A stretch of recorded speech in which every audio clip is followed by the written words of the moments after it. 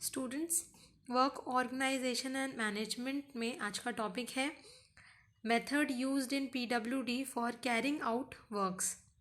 PWD द्वारा कार्य कराए जाने के तरीके। तो पीडब्ल्यूडी द्वारा जो कार्य कराए जाते हैं उनको दो भागों में बांटा गया है। पहला है कॉन्ट्रैक्ट मेथड, जो ठेके द्वारा जो काम कराए जाते हैं वह, और दूसरा है डिपार्टमेंटल मेथड, जहाँ पे विभागीय श्रमिकों द्वारा जो कार्य कराए जाते हैं उन्हें डिपार्टमेंटल मेथड कहते हैं। सबसे पहले कॉन्ट्रैक्ट मेथड देखते हैं।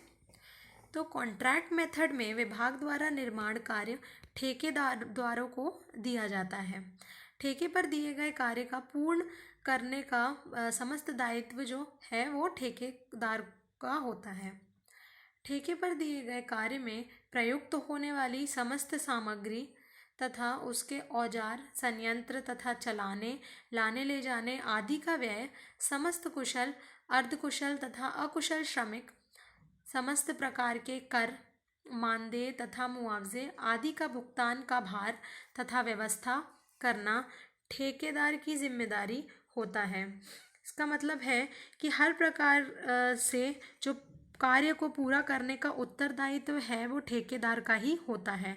इसमें केवल ऐसी कुछ सामग्रियां जैसे सीमेंट, स्टील आदि तथा कुछ मशीनें जैसे रोलर या मिक्सचर मशीनें आदि जिनका उल्लेख ठेके की शर्तों में किया गया हो कि व्यवस्था विभाग करा सकता है, और जब वह विभाग इन सब की व्यवस्था कराता है तो वह शर्तों के अनुसार इनका मूल्य जो है वो ठेकेदारों से वसूल कर सकता है। तो ये था कॉन्ट्रैक्ट मेथड। इसके बाद आते हैं डिपार्टमेंटल मेथड। अब इस विधि में विभाग द्वारा जो कार्य है उसको कराए जाने के लिए श्रमिकों जैसे कुशल, अर्धकुशल तथा अकुशल श्रमिकों को मस्टर रोल पर भुगतान की दैनिक दरों पर नियोजित कर कार्य कराया जाता है। इसके लिए समस्त सामग्रियों का निर्धारित मात्रा में आदान प्रदान विभाग द्वारा ही किया जाता है। विभाग द्वारा ही समस्त औजार, संयंत्र, उनके चालक, रखरखाव, ईंधन, तेल आदि की व्यवस्था भी की जाती है। मतलब इस सारे ही जो डिपार्टमेंटल मेथड है उसमें जो सारा ही काम रहता है वो डिपार्टमेंट के अंदर ही होता है। श्रमिकों को पेमेंट देने से लेके किसी भी कार्य को करने का या किसी भी औजार का सुधारना, मेंटेनेंस, सब जो भी काम होता है उसमें जो डीजल डलते हैं, ये सारे जो चीज़ें हैं वो सब डिपार्टमेंट या विभाग के जो अधिकारी होते हैं उनका उत्तरदायित्व होता है ये करने का।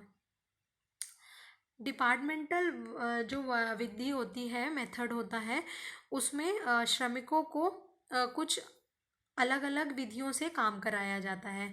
तो सबसे पहले देख लेते हैं रेट लिस्ट मेथड। तो रेट लिस्ट मेथड या दर सूची विधि में विभाग द्वारा कार्य आदेश द्वारा कार्य कराया जाता है।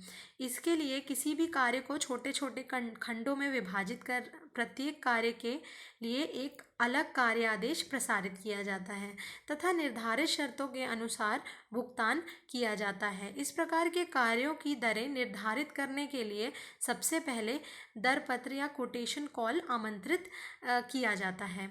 तो इसमें जितने भी जो भी काम होता है उसको छोटे छोटे खंडों में विभाजित करके और उनको रेट लिस्ट के आधार पर बांट दिया जाता है और उनका कार्य आदेश दे दिया जाता है, और कार्य शुरू होने से पहले इस प्रकार के कार्यों के लिए दरें निर्धारित की जाती हैं जिसके लिए कोटेशंस कॉल की जाती हैं।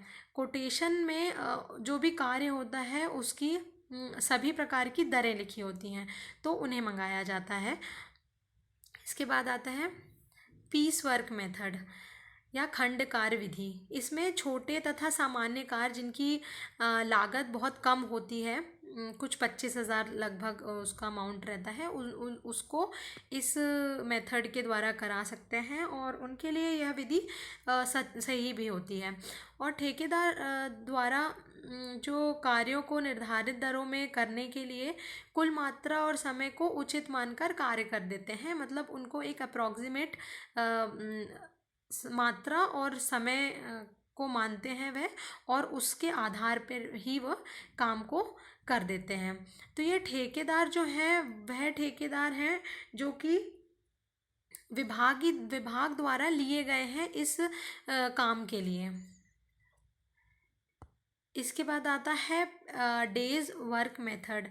अब विभाग द्वारा कई बार कुछ ऐसे कार्य जिनमें श्रम का भाग अधिक होता है, जैसे सूखा राहत कार्य के लिए गिट्टी तोड़ना, सड़क कूटना आदि कार्यों को श्रमिकों द्वारा किए गए कार्य के अनुसार भुगतान किया जाता है। इसका मतलब है कि जो भी कार्य एक दिन में किया जा रहा है उसका भुगतान एक दिन के हिसाब से किया जाता है, और इसी चीज़ के लिए जो भुगतान है उसके लिए इसमें कार्य के अनुसार हाजिरी भी दी जाती है तथा भुगतान एक मुख्य बेलदार के माध्यम से किया जाता है।